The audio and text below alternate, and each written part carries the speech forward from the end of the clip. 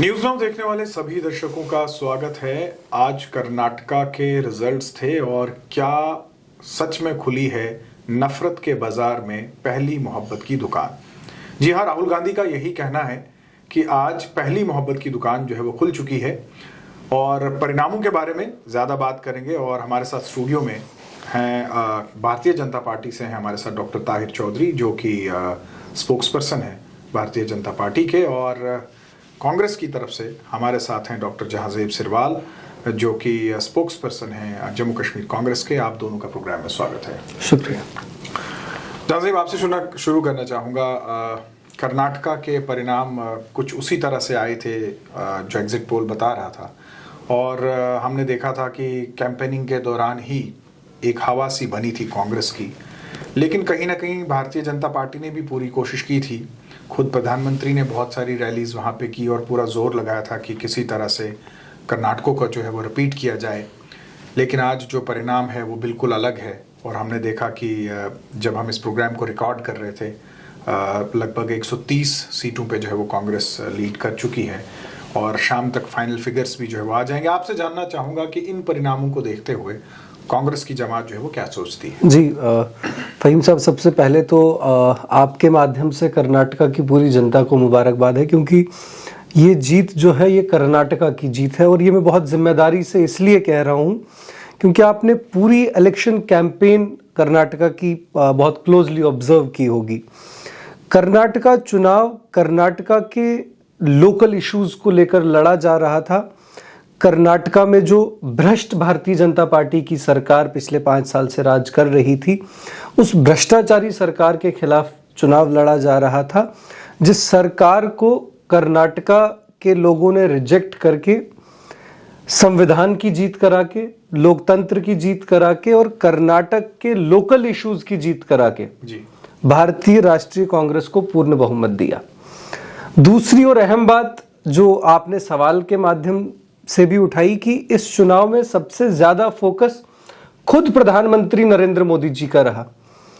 10 से अधिक रैलियां प्रधानमंत्री नरेंद्र मोदी जी ने रोड शो कर्नाटक में खुद किए, क्योंकि उन्हें पता था कि कर्नाटका की जो उनकी लीडरशिप है वो ऑलरेडी फेल हो चुकी है। और आज उनको ये भी पता चल गया कि आज प्रधानमंत्री जी खुद भी फेल हो गए हैं। तो साफ तौर पे जो है कर्नाटक का जो इलेक्शन है वो पूरे देश के लिए एक संदेश है कि जिस तरीके से भारत जोड़ो यात्रा साउथ से शुरू होकर जब नॉर्थ की तरफ आ रही थी, तो एक मोहब्बत का पैगाम लेकर, उस समय पर जब देश में नफरत की राजनीति का ट्रेंड सेट किया जा रहा है, जब देश में सांप्रदायिकता के उस पर राजनीति का ट्रेंड सेट किया जा रहा है, धर्मवाद के नाम पे, जातिवाद के नाम पे जो है राजनीति का पूरा स्तर भारतीय जनता पार्टी पूरा गिराने की कोशिश कर रही है, ऐसे समय में इस देश का नेता माननीय राहुल गांधी जी साउथ से निकल के नॉर्थ की ओर मोहब्बत का पैगाम लेकर आए। तो आज उसी मोहब्बत के पैगाम की, जिस तरीके से आपने पहले भी कहा कि आज पहली दुकान जो है वो उसी रीजन में खुली जहां से इस मोहब्बत की दुकान की शुरुआत हुई थी। और मैं ये पूरी जिम्मेदारी से कह दूं कि ये आगाज है। इसी पैटर्न पे पूरे देश में आने वाले समय में आप देखेंगे कि भारतीय जनता पार्टी की इस कम्युनल आइडियोलॉजी को लोग रिजेक्ट करके इस देश में सेकुलर आइडियोलॉजी को वोट देकर भारतीय राष्ट्रीय कांग्रेस की सरकार बनाएंगे। ताहिर साहब, क्या लगता है आपको, कहाँ कमी रह गई है भारतीय जनता पार्टी को? कर्नाटका जो है वो हाथ से निकल गया, क्या लगता है आपको? देखिए, पहले तो मैं सबसे पहले आपके चैनल के माध्यम से कांग्रेस पार्टी को मुबारकबाद दूंगा कि इन्होंने वहाँ पे इलेक्शन का एक अच्छा रिजल्ट इनके लिए पॉजिटिव आया और ये जीत की तरफ बढ़े हैं और अच्छे मार्जिन से जीत रहे हैं ये वहाँ पे। और कहीं ना कहीं जब हार होती है तो हार को कबूल करना चाहिए। हर पॉलिटिकल पार्टी को, हर लीडर को करना चाहिए। हम अपनी हार को कबूल करते हैं और भारतीय जनता पार्टी जिस तरह से इलेक्शन लड़ती है, आप जानते हैं हमारा कार्यकर्ता जो ग्राउंड पे होता है बहुत काम करता है, लेकिन कहीं ना कहीं हमारी कर्नाटका की जो लीडरशिप थी वो फेलियर रही वहाँ पे सरकार के दौरान। और ये सारी चीज़ों को मुझे लगता है कि हमारे माननीय प्रधानमंत्री साहब, उनकी पूरी टीम इस चीज़ के ऊपर मंथन करेगी, देखेगी कि कहाँ कहाँ पे गलतियाँ हुई कौन कौन से इश्यूज थे जिसके ऊपर हम प्रॉपर ढंग से नहीं सोच पाए, काम नहीं कर पाए। देखिए बहुत कुछ होता है, और जो जनता होती है, जो अवाम होता है किसी भी राज्य का, वो इलेक्शन के टाइम पे जवाब देता है, और आज हमें जनता ने वहाँ पे जवाब दिया है। जिन लोगों ने हमें वोट दिए वहाँ पे हम उनके भी शुक्रगुजार हैं। लेकिन जब हार होती है तो मुझे लगता है आज कर्नाटका में हमारे जो कार्यकर्ता हैं उनको कहीं ना कहीं ठेस पहुंचती है, उनकी मेहनत को ठेस पहुंचती है, क्योंकि भारतीय जनता पार्टी का जो कार्यकर्ता है वो पार्टी के लिए, देश के लिए एक जी जान लगा के काम करता है। लेकिन जब लीडरशिप कहीं ना कहीं फेल होती है उस राज्य की, तो उसका जो नुकसान है वो कार्यकर्ता को भुगतना पड़ता है। लेकिन मुझे ये एहसास है कि प्रधानमंत्री साहब सुबह शाम किसी टाइम पे भी मीटिंग कॉल करेंगे, और इन सभी इश्यूज को, सभी पॉइंट्स को नोट किया जाएगा, कहाँ कहाँ पे ये ब्लंडर हुए कि हमें हार का सामना देखना पड़ा। और हार जीत होती है, और कभी कभी हार को भी बड़े अच्छे ढंग से कबूल करना चाहिए। मुझे लगता है उसमें आपको पता होना चाहिए कि हम क्यों हारे, कैसे हारे, ताकि ये वाली चीज़ें दूसरे राज्यों में नहीं सामने आए, क्योंकि पूरे देश को हमने देखना है और पूरे देश में हमने ये जंग लड़नी है। और इस हार से आज भारतीय जनता पार्टी की हाईकमान, भारतीय जनता पार्टी की ऑर्गेनाइजेशन का जो एक सिस्टम है हमारा, सभी बहुत कुछ सोचेंगे। आने वाला टाइम जो होगा बड़ा अच्छा होगा, और जो गलतियां हमने की हैं मुझे लगता है कि आने वाले टाइम पे नहीं दोहराई जाएंगी। लेकिन ताहिर साहब, आप ये चीज़ मानेंगे कि भारत जोड़ो यात्रा के बाद ये पहला बड़ा इलेक्शंस था, और राहुल गांधी का भारत जोड़ो यात्रा का जो मैजिक है कहीं ना कहीं काम कर गया। क्योंकि अगर स्ट्राइक रेट अगर देखेंगे, 51% रिजल्ट जो है वो भारत जोड़ो यात्रा की जो सीट्स जहां से ये इन्होंने शुरू की थी, उसका स्ट्राइक रेट जो है वो लगभग 75% आया है। 51 सीट्स जो है वो वहां पे जीते हैं, जो अभी तक हमारे पास आंकड़े आए हुए हैं। तो क्या आप ये मानेंगे कि जो उनका मेन उद्देश्य था भारत जोड़ो यात्रा का, कि नफरत को हटाना है, मोहब्बत को बढ़ाना है, तो लोग कहीं ना कहीं उस मोहब्बत को समझ गए हैं? नहीं, देखिए हिंदुस्तान बहुत बड़ा देश है, 135-40 करोड़ की जनता है यहाँ पे। राहुल गांधी साहब ने बड़ी पॉजिटिव अप्रोच लेके पूरे हिंदुस्तान में चले थे। मुझे लगता है कि उनका जो एक नीयत थी और जो एक सोच थी बड़ी क्लियर थी देश की जनता के आगे। लेकिन जब किसी स्टेट के अंदर इलेक्शंस होते हैं और असेंबली के इलेक्शंस होते हैं, जो वोटर होता है उसकी सोच अलग होती है, और जब पार्लियामेंट के इलेक्शंस होते हैं उसकी सोच अलग होती है। उस टाइम पे बहुत सारी चीज़ें हैं, बहुत सारे इश्यूज़ हैं। मुझे लगता है कि आज के दिन मैं उन सब के ऊपर मैं भी बात नहीं कर पाऊंगा। पहले हमें अपनी पार्टी हाईकमांड के डिसीजन देखने पड़ेंगे कि कल परसों तक क्या वहाँ से पॉइंट्स आते हैं। तो बहुत सारे कहीं ना कहीं तो हमारे ब्लंडर हुए हैं वहाँ पे। जो हमारी वहाँ की लीडरशिप थी उन्होंने कहीं ना कहीं, मुझे लगता है कि जनता की उम्मीदों पे वो खरे नहीं उतरे हैं। ये उसी का आज रिजल्ट है, और यही चीज़ें मैं इस टाइम पे कह सकता हूँ। जहांजेब, इस वक्त सारा क्रेडिट जो है वो राहुल गांधी को जा रहा है। जाहिर सी बात है कांग्रेस की जमात तो ये करेगी ही, लेकिन ओवरऑल अगर एक पर्सपेक्टिव हम देखें तो भारत जोड़ो यात्रा को जो है वो दिया जा रहा है। और जैसे कि मैंने प्रोग्राम में पहले भी कहा कि यात्रा के बाद ये पहला बड़ा असेंबली इलेक्शंस था, और उसके परिणाम जो है वो आपके हक में गए हैं। तो क्या आपको लगता है कि भारत जोड़ो यात्रा जो है वो एक चेंजिंग फैक्टर रहा है नैरेटिव बिल्ड करने में? जी देखिए, मैं जैसे आपने कहा कि भारत जोड़ो यात्रा का ओवरऑल इम्पैक्ट, आप भारत जोड़ो यात्रा का अदर देन इलेक्टोरल इम्पैक्ट भी देखिए। ये तो एक बहुत इंपॉर्टेंट एस्पेक्ट तो है ही, बट इसका अगर आप ओवरऑल इलेक्टोरल पॉलिटिक्स से हटके भी इम्पैक्ट देखें तो आप देखेंगे कि वो राजनीतिक दल जो शायद हमारी आइडियोलॉजी के साथ सहमत नहीं होते थे या उसके साथ सहमति नहीं रखते थे, कहीं ना कहीं उन राजनीतिक दलों ने भी ये एक्सेप्ट किया कि भारत जोड़ो यात्रा इस दौर में, इस वक्त में इस देश की जरूरत थी। इस दौर में माननीय राहुल गांधी जी ने पैदल चल के गर्मी के मौसम में शुरू करके और बर्फ में उस यात्रा का अंत करके एक पॉजिटिव मैसेज, एक पॉजिटिव एनर्जी जो इस देश की जनता में आई, उसका परिणाम आपको हर स्टेट के इलेक्शन में मिलेगा। वो एक एस्पेक्ट जो है आपको 2024 के चुनाव तक लगातार देखने को मिलेगा, क्योंकि दुर्भाग्यपूर्ण भारतीय जनता पार्टी का पूरा तंत्र माननीय प्रधानमंत्री जी के समेत, गृह मंत्री जी के समेत, इनका एक मंत्रालय है, ministry of criticising Rahul Gandhi, जिसका पोर्टफोलियो चेंज होता है। अमूमन वो स्मृति ईरानी जी के पास रहता है, अगर वो ऑफ ड्यूटी रहे तो संबित पात्रा जी उसका एडिशनल चार्ज संभालते हैं। तो उस मंत्रालय के समेत और बाकी जो इनका आईटी सेल है जो झूठ और भ्रम फैलाने में महारत रखता है, उन्होंने पिछले 8-9 साल में एक ही काम किया था। जनता के मुद्दों पर तो बात कर नहीं पाए, महंगाई को रोक नहीं पाए, देश की आंतरिक सुरक्षा के मामले में कुछ कर नहीं पाए, आतंकवाद की कमर तोड़ने में असफल रहे, चीन को लाल आंख दिखाने में असफल रहे, पाकिस्तान को लाल आंख दिखाने में असफल रहे। अगर किसी चीज पे इन्होंने फोकस किया था, अपनी एनर्जी वेस्ट की थी, देश के संसाधन वेस्ट किए थे, तो वो माननीय राहुल गांधी जी की इमेज को डिस्ट्रॉय करने में किया था। पर भारत जोड़ो यात्रा ने इनके उस पूरे के पूरे नैरेटिव को खत्म कर दिया और देश की जनता ये समझ गई, देश की जनता ने ये देख लिया कि नहीं, अगर इस देश में सीरियस पॉलिटिकल अप्रोच को लेकर कोई नेता चल रहा है जो यहां कड़ाके की ठंड में माइनस टेम्परेचर में भी हाफ स्लीव्स टी शर्ट लगा के, क्योंकि ऊर्जा इतनी थी माननीय राहुल गांधी जी के अंदर, लोगों का साहस इतना पीछे साथ में था, वो एनर्जी इतनी थी कि ठंड लग ही नहीं रही थी, महसूस ही नहीं हो रही थी। तो जनता ये समझ गई कि नहीं, इस देश का नेता अगर कोई है तो माननीय राहुल गांधी जी हैं और इस देश के लिए यदि कोई भला कोई पार्टी सोच सकती है तो भारतीय राष्ट्रीय कांग्रेस ही सोच सकती है। दूसरा और इंपॉर्टेंट पहलू जो कर्नाटका में भारतीय जनता पार्टी के तंत्र की तरफ से चलाया जा रहा था, हाई कमांड ट्रेंड कि नहीं, कांग्रेस में तो ऐसा है कि सब हाई कमांड वो देखती है। उस तरह के नैरेटिव्स भी अब देश की जनता लेना बंद कर चुकी है। मैं अभी इससे पहले भी एक जगह इंटरव्यू में ये बात बोल चुका हूं और यहां पर रिपीट कर दूं, क्योंकि आज ये बात करना बहुत जरूरी है, क्योंकि मुझे लगता है कि आज जनता को ये बातें ज्यादा समझ में आएंगी।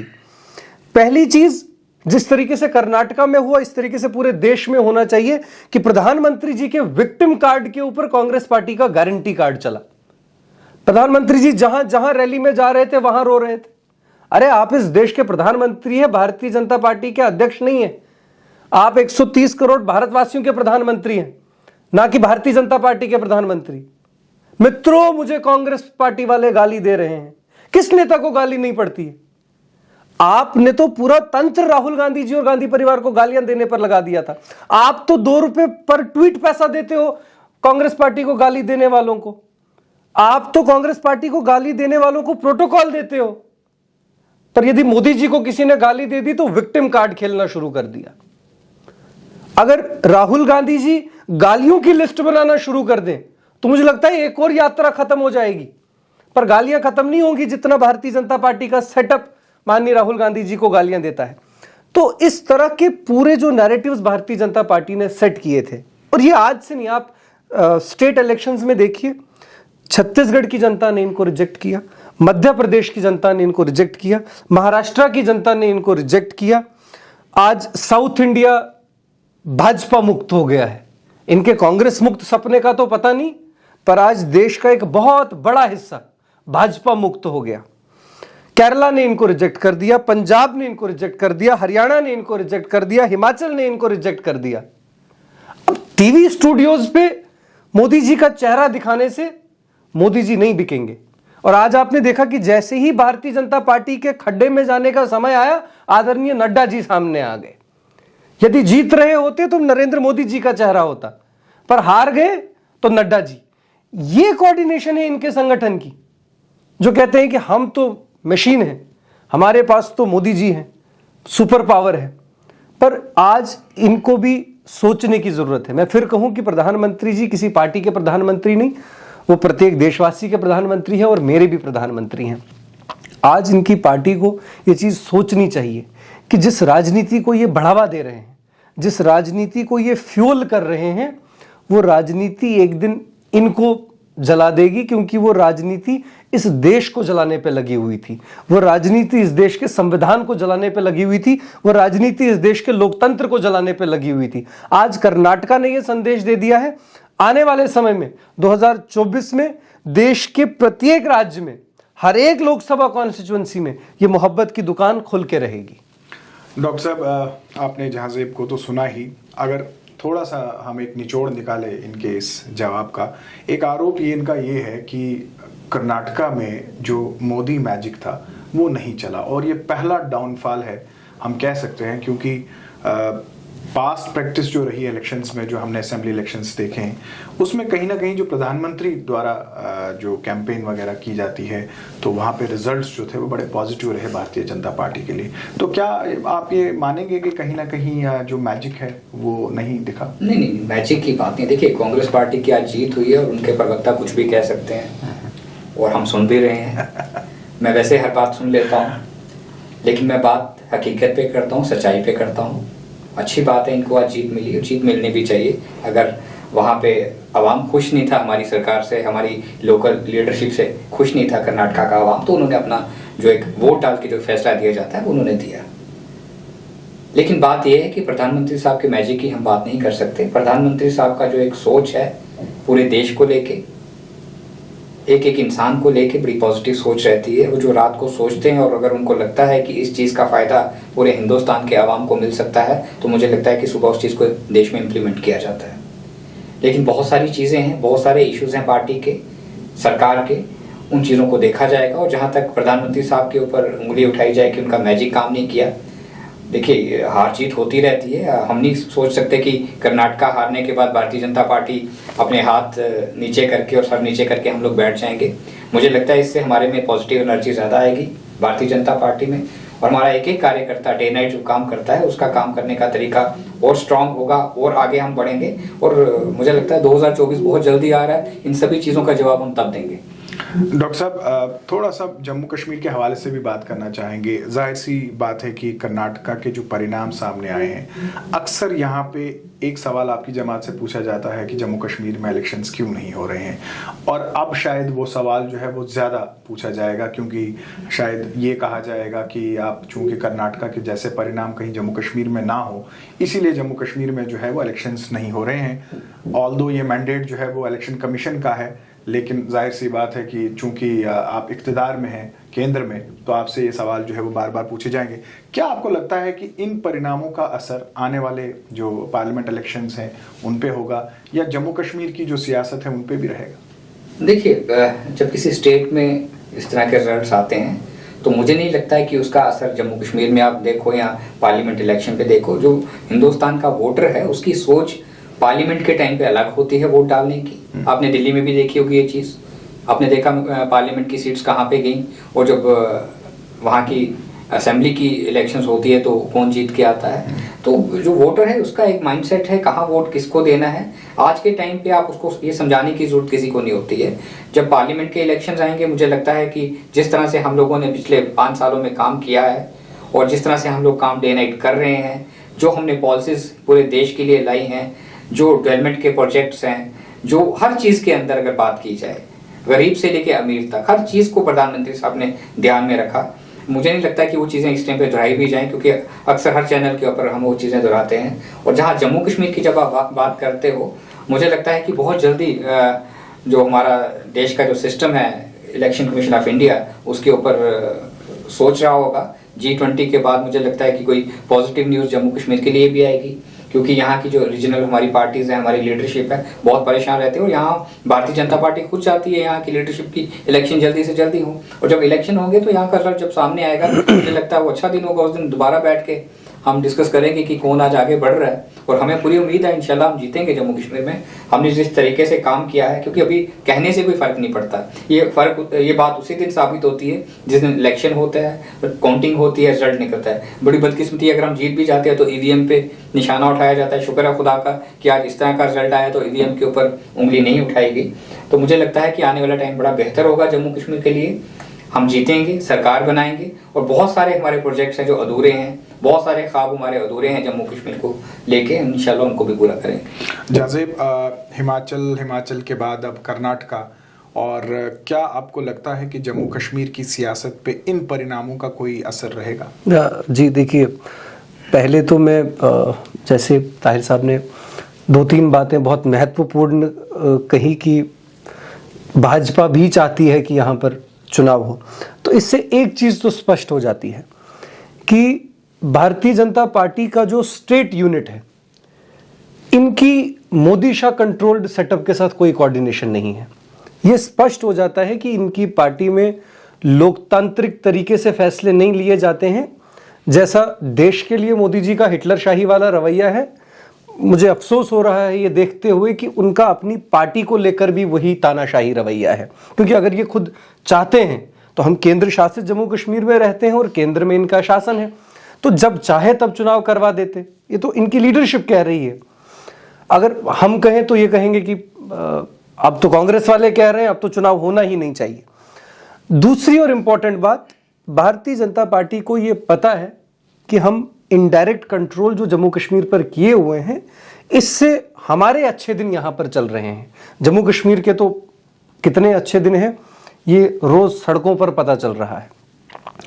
तो ये अपने अच्छे दिन खराब न करते हुए, क्योंकि इन्हें पता है कि अगर हमने यहां आज चुनाव कराया तो बुरे दिन शुरू इनके, क्योंकि हार के डर से ये यहां पर चुनाव नहीं करवा रहे हैं।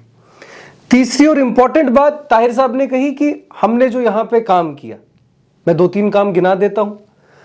प्रॉपर्टी टैक्स के नाम से तो भारतीय जनता पार्टी को एलर्जी हो जाती है। दूसरा, ऐसा कोई वर्ग नहीं जिस पर इन्होंने लाठियां नहीं चलाई। पहली बार जम्मू कश्मीर में देखा गया कि फौज के एस्पिरेंट्स पर भी इन्होंने लाठियां चलवाई।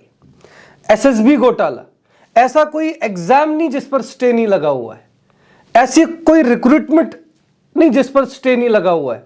बच्चा 3 साल मेहनत करता है, पढ़ता है और उसके बाद उसको कोर्ट के चक्कर लगाने पड़ते हैं, क्योंकि जम्मू कश्मीर स्कैम्स की इंडस्ट्री बन गई है भारतीय जनता पार्टी के नेतृत्व में। रहा सवाल जो आपने सवाल किया कि क्या आपको लगता है कि इन चुनावों से, इन नतीजों से जम्मू कश्मीर के वोटर के माइंडसेट पे कोई इंपैक्ट पड़ेगा या नहीं? मुझे लगता है कि यकीनन पड़ेगा। वो इसलिए पड़ेगा क्योंकि भारत एक गुलदस्ता है जहां पे नॉर्थ इंडिया में रहने वाले का दिल जो है साउथ इंडिया वाले के साथ धड़कता है, साउथ इंडिया में रहने वाले का दिल ईस्ट इंडिया में रहने वाले के साथ धड़कता है। तो अगर साउथ इंडिया वाले ने सही फैसला किया और वहां पर डेवलपमेंट की पेस देख के यकीनन नॉर्थ इंडिया वाला ये फैसला करेगा। आपने हिमाचल की मैं एक मिसाल कोट करूं कि हमने वहां चुनाव से पहले जिस समय कैंपेन चल रहा था तो हमने ओपीएस की बात की थी। आदरणीय प्रियंका गांधी जी ने कहा था कि जिस दिन हमारी सरकार बनेगी हम अगले दिन ओपीएस को लागू करेंगे। और ये केवल मोदी जी के 15 लाख की तरह जुमला नहीं था, अमित शाह जी के होली और दिवाली वाले गैस चूल्हे की तरह जुमला नहीं था, 2.5 करोड़ नौकरियों की तरह जुमला नहीं था। अगले ही दिन हमने ओपीएस हिमाचल में लागू कर दी। तो यकीनन इन सभी चीजों को देख के, राजस्थान की गुड गवर्नेंस को देख के, छत्तीसगढ़ की गुड गवर्नेंस को देख के हिमाचल में इंपैक्ट पड़ा, हिमाचल की गवर्नेंस को देख के कर्नाटका में इंपैक्ट पड़ा। और अब इन सभी कांग्रेस गवर्न स्टेट्स का इंपैक्ट जब भी जम्मू कश्मीर में चुनाव होगा, यहां के लोग अपने सुनहरे भविष्य को चूज करते हुए भारतीय राष्ट्रीय कांग्रेस को चूज करेंगे। ताहिर साहब, आप कुछ जोड़ना चाहेंगे जहांगीर साहब की इस बात के साथ? नहीं, देखिए, सोच की बात है। मुझे नहीं लगता कि मैं इनकी सभी बातों से मैं सहमत हूँ। कांग्रेस पार्टी को आज एक खुशखबरी मिली है और ये नहीं मतलब कि कांग्रेस कुछ भी कहे हम उसको मान लें। भारतीय जनता पार्टी एक ऑर्गेनाइजेशन है और हमारा जो काम करने का तरीका है देश की 135 करोड़ जनता जानती है। फेम साहब, देश की जनता ने दूसरी बार भी हमें सेंटर में चुना और 2024 के ऊपर हमारा ज़्यादा फोकस है। और मुझे लगता है कि जो आने वाला टाइम होगा, देश की 135 करोड़ जनता, पूरा देश का जो आवाम है वो इस चीज़ को जानता है कि किसको वोट देना है, किसको नहीं देना है। क्योंकि देश की जनता ने 70 साल बहुत कुछ देखा है, बहुत कुछ मैं कहता हूँ अपनी बर्दाश्त किया है कि कैसे एक परिवार पूरे देश को कंट्रोल करता था, कहाँ से हुक्म चलते थे। भारतीय जनता पार्टी में कोई एक परिवार नहीं है। कोई भी प्रधानमंत्री बन सकता है, कोई भी होम मिनिस्टर बन सकता है, कोई भी मुख्यमंत्री बन सकता है। ये चीज़ें आपने सभी राज्यों में देखी। और आने वाला टाइम जो देश का और स्पेशली जम्मू कश्मीर का बड़ा बेहतर टाइम होगा जब इलेक्शन के रिजल्ट्स आएंगे और जब इलेक्शन होगी पार्लियामेंट की। मुझे लगता है कि भारतीय जनता पार्टी फिर एक बार पूरे अपने जोर के साथ हम जीत के सामने आएंगे। जहाँ तक बात जम्मू कश्मीर की आती है, और जम्मू कश्मीर की मैं आपको एक बात क्लियर कर दूं, आने वाले टाइम पे हम जम्मू से भी सीट्स निकालने वाले हैं, कश्मीर से भी खाता खोलने वाले हैं, चनाब वैली से भी खोलने वाले हैं और पूरे बहुमत के साथ जम्मू कश्मीर में भारतीय जनता पार्टी सरकार बनाएगी। सीएम भी हमारा होगा और डिप्टी सीएम भी हमारा होगा। ये चीज़ हमारे रविंद्र रैना साहब भी कहते हैं, मैं भी आपके स्टूडियो में कह के जा रहा हूँ। और जब हम कोई चीज़ कहते हैं तो वो पत्थर पे लकीर होती है। भारतीय जनता पार्टी का कोई भी कार्यकर्ता, कोई भी लीडर कोई बात ऐसे नहीं कहता। ये चीज़ हम बार बार कह रहे हैं तो इसमें वजन है, क्योंकि हम लोग ज़मीनी सतह पे काम कर रहे हैं। हमें ज़मीनी हकीकत का मालूम है कि जम्मू कश्मीर किस दौर से गुजर रहा है। बाकी रीजनल पार्टीज चाहे कांग्रेस हो, एनसी हो, पीडीपी हो, कुछ भी कहें, आवाम जानता है सही क्या है गलत क्या है। ताहिर साहब, एक चीज़ मैं और यहाँ पे जानना चाहूँगा, although it is too early to comment on this, लेकिन ये जो परिणाम आए हैं, जाहिर सी बात है आपकी जमात का जो सिस्टम है, कहीं ना कहीं ये आई ओपनर रहेगा जमात के लिए भी कि कहाँ पे कमी रहेगी, कहाँ पे पेशी रहेगी। तो आपको लगता है कि इन रिजल्ट्स को बहुत सीरियसली जो है वो भारतीय जनता पार्टी लेगी और डाउन द लाइन ये देखा जाएगा कि कहाँ पे गड़बड़ होगी? मैं फ़हीम साहब कहता हूँ, ये जो आज का दिन है बड़ा इंपॉर्टेंट दिन है हमारे लिए, भारतीय जनता पार्टी के लिए जी। और ये जो आज हमें हार हुई है ये एक बड़ी अच्छी चीज़ है, क्योंकि भारतीय जनता पार्टी बहुत सारी चीज़ों को आप देखिए आने वाले दिनों में हम ठीक करेंगे। वहाँ की लीडरशिप का देखेंगे, बाकी राज्यों में देखेंगे, जम्मू कश्मीर में देखेंगे, और बहुत सारी चीज़ें, जब ऐसी चीज़ें होती हैं तो आंखें खुलती हैं। जो हाई कमांड है हमारी बहुत सारी चीज़ें ऑब्जर्व कर रही थी बहुत दिनों से, वो चीज़ें वो अब सही कह रहे हो, आई ओपनर होगा ये आज का दिन। और ये जो आज की हार के बाद बहुत सारी चीज़ें पार्टी में पॉजिटिव आएंगी, काम करने के तरीके के ऊपर, लोकल लीडरशिप के ऊपर हर राज्य के अंदर देखा जाएगा, उन चीज़ों का ऊपर मंथन किया जाएगा। पार्टी हाईकमांड बार बार मीटिंग्स कॉल करेगी और चीज़ों को एक प्रॉपर ढंग से स्ट्रीमलाइन में लाने के लिए जो हमारे प्रधानमंत्री साहब और होम मिनिस्टर साहब हैं, बहुत सारी चीज़ों को बारीकी से देखते हैं, ज़मीनी सतह से जाके उसका लिया जाता है, रिपोर्टिंग ली जाती है, और ये एक अच्छा होगा आने वाला टाइम हमारा। मुझे लगता है इससे पार्टी में जो एक कार्यकर्ता में जो काम करने का तरीका है उसको इम्प्रूव किया जाएगा, कहाँ कहाँ कमियां हैं उनको इम्प्रूव किया जाएगा, और आने वाला टाइम पार्टी के लिए और देश के लिए बेहतर होगा। जहाज़ेब, बिल्कुल आखिर में बहुत सारे इश्यूज़ हैं पूरे हिंदुस्तान की, अगर हम बात करें, ख़ासकर हम जम्मू कश्मीर के हवाले से बात करें, और कांग्रेस की जमात उन इश्यूज़ को जो है वो अक्सर उठाती है, जैसे हम महंगाई की बात करें, हम पेट्रोल डीजल की बात करें, या फिर हम लोकल अपने इश्यूज़ की बात करें जैसे प्रॉपर्टी टैक्स वगैरह की आपने बात की। उसके अलावा अगर हम देखें तो खासकर कर्नाटका के चुनाव में जो है वो करप्शन के हवाले से जो है वो बहुत ज़बरदस्त एक कैंपेन जो है वो चलाई गई थी। आपको क्या लगता है किन पॉइंट्स की बुनियाद पे जो है वो कांग्रेस वहाँ पे कामयाब हुई है? जी देखिए, पहली और सबसे इम्पॉर्टेंट जो वहां पर कैंपेन के टाइम पे भी बार बार बात की गई, 40% भ्रष्ट सरकार। सबसे महत्वपूर्ण पॉइंट कि वहां पर भ्रष्टाचार जो एक कॉमन मैन से जुड़ा हुआ मुद्दा था, उस पर कांग्रेस पार्टी ने बहुत सही तरीके से लोगों की आवाज उठाई। दूसरी और इम्पॉर्टेंट बात, जो वहां पर स्टेट और सेंट्रल लीडरशिप का कोऑर्डिनेशन था, वो बहुत अच्छा पूरी कैंपेन में देखा गया। तीसरी और इम्पॉर्टेंट बात, कर्नाटका के लोगों को इस बात का इल्म था कि भारतीय राष्ट्रीय कांग्रेस के अध्यक्ष जो हैं वो उसी राज्य से आते हैं, तो कहीं ना कहीं लोगों के दिल में कर्नाटका का सम्मान जो भारतीय राष्ट्रीय कांग्रेस ने किया है, क्योंकि जिस तरीके से ताहिर साहब को मालूम है कि इसी तरह का एक प्रेस्टीज चुनाव हिमाचल में भी जेपी नड्डा साहब का होम स्टेट है। खैर मुझे पता नहीं है कि उन्होंने नैतिकता के बेसिस पे अभी तक रिजाइन क्यों नहीं दिया है, क्योंकि वो अपनी होम स्टेट हार गए हैं, वो इनका इंटरनल मामला है, मैं उस पर टिप्पणी नहीं करूंगा। पर सेम उसी तरीके से यहाँ पर भी एक बहुत बड़ी जिम्मेदारी माननीय खरगे जी के कंधों पर थी। चौथी और सबसे इंपॉर्टेंट बात जो मैंने स्पष्ट कर दी कि जो लोकल इश्यूज की मैनेजमेंट भारतीय राष्ट्रीय कांग्रेस ने वहां पर की, जो सोशल मीडिया कैंपेनिंग की गई, या जो 5 गारंटीज की बात की गई, वो 5 गारंटीज जो थी वो हर घर के साथ कनेक्ट करने वाली गारंटीज थी। उस पर भारतीय राष्ट्रीय कांग्रेस ने पूरा फोकस किया। और जो मैंने इससे पहले कहा कि हमने इससे पहले जिन जिन स्टेट्स में इलेक्शन लड़े जीते, वहां पर वादे पूरे किए, और उसके उलट भारतीय जनता पार्टी ने जहां जहां पर जो वादे किए उसकी वादा खिलाफी की, और उसी वादा खिलाफी का ब्रांड एम्बेसडर को वहां पर इलेक्शन कैंपेन एम्बेसडर जो है मोदी जी को वहां भेजा गया। तो लोगों ने क्लियर कट रिजेक्ट कर दिया कि अब देश में झूठ का पिटारा अलग अलग जगहों पे जितना चलना था वो चल चुका है। कर्नाटका आज की डेट में डेवलपमेंट पे चुनाव लड़ेगा। और आपने देखा होगा कि जितने भी न्यूज चैनल्स हैं, नेशनल न्यूज चैनल्स पे आज इस चीज को बताया जा रहा है कि कर्नाटका के लोगों ने मोदी जी के ऊपर डेवलपमेंट को चूज किया। सो दैट मींस ये क्लियर कट मैसेज है देश की जनता को कि अगर आप डेवलपमेंट चाहते हैं, ये हम नहीं, सॉरी टू से, जिसे आज गोदी मीडिया कहा जाता है, तो ये आज गोदी मीडिया कह रहा है कि अगर आप डेवलपमेंट चाहते हैं तो आप भारतीय राष्ट्रीय कांग्रेस को ऑप्ट कीजिए।